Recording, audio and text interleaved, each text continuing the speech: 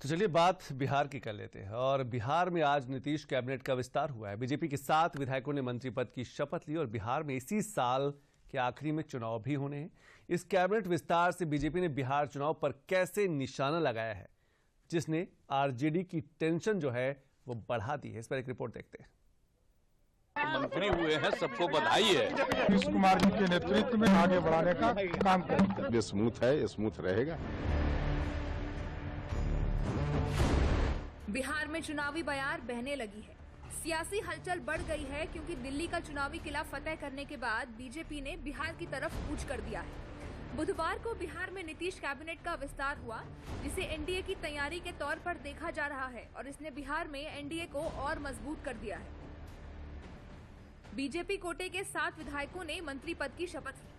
बिहार सरकार में कुल 36 मंत्रियों का कोटा है।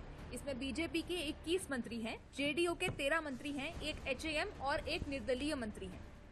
जिन लोगों को मंत्री बनाया गया है, सभी कार्यकर्ता से यहाँ तक आए और सभी को एक लंबा अनुभव है और इस लंबे अनुभव का फायदा सरकार को भी मिलेगा और आम जनता को भी मिलेगा। स्वाभाविक है, माननीय मुख्यमंत्री नीतीश कुमार जी ने बिहार के विकास को गति देने के लिए 7 मंत्रियों को मंत्री बनाया है।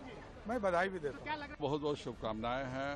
काफी अच्छे से जो नए मंत्री बने हैं, हर जिले का रिप्रेजेंटेशन है और एक सामूहिक गुलदस्ते के तौर पे ये कार्य करेंगे।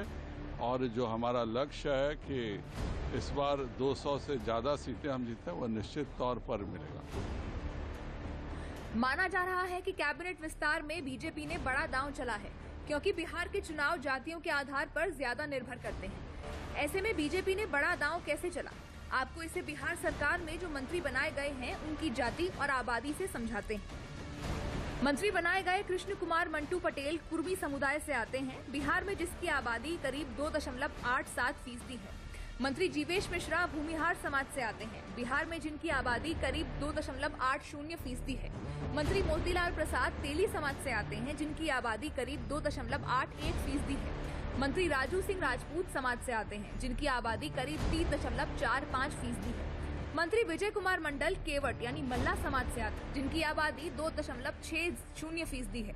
मंत्री सुनील कुमार कुशवाहा समाज से आते हैं, जिनकी आबादी बिहार में करीब 4.27% है। बिहार में कैबिनेट विस्तार में जिन मंत्रियों को शामिल किया गया है, वो चुनाव में 200+ सीटें जीतने का दम भी भरने लगे हैं, जो बिहार चुनाव को लेकर बीजेपी की तैयारियों की तरफ साफ इशारा कर रहा है। इस बार हम लोग का टारगेट ये नहीं कि आज विस्तार हुआ उसके बाद में बता रहा हूँ, हम लोग पहले से बोल रहे हैं कि इस बार 200 के पार हम लोग रहेंगे, एनडीए वो 40 के नीचे ही रहेंगे। हम लोग का लक्ष्य है 225+ और निश्चित रूप से 225+ पर एनडीए जो है खड़ा उतरेगी माननीय मुख्यमंत्री जी के नेतृत्व। नए मंत्रियों का चयन बिहार के क्षेत्रों को ध्यान में रखकर किया गया है। खासकर मिथिलांचल क्षेत्र से 2 विधायकों को मंत्री बनाकर बीजेपी इस क्षेत्र की करीब 50 सीटों पर अपनी पकड़ मजबूत करना चाहती है। ये रणनीतिक कदम बीजेपी के लिए चुनाव में फायदेमंद साबित हो सकता है। इसको समझने के लिए आपको समझना पड़ेगा बिहार का मौजूदा समीकरण। मिथिलांचल को एनडीए का गढ़ कहा जाता है। बिहार में विधानसभा की कुल 243 सीटें हैं, जिनमें से करीब 60 सीटें मिथिलांचल क्षेत्र से आती हैं।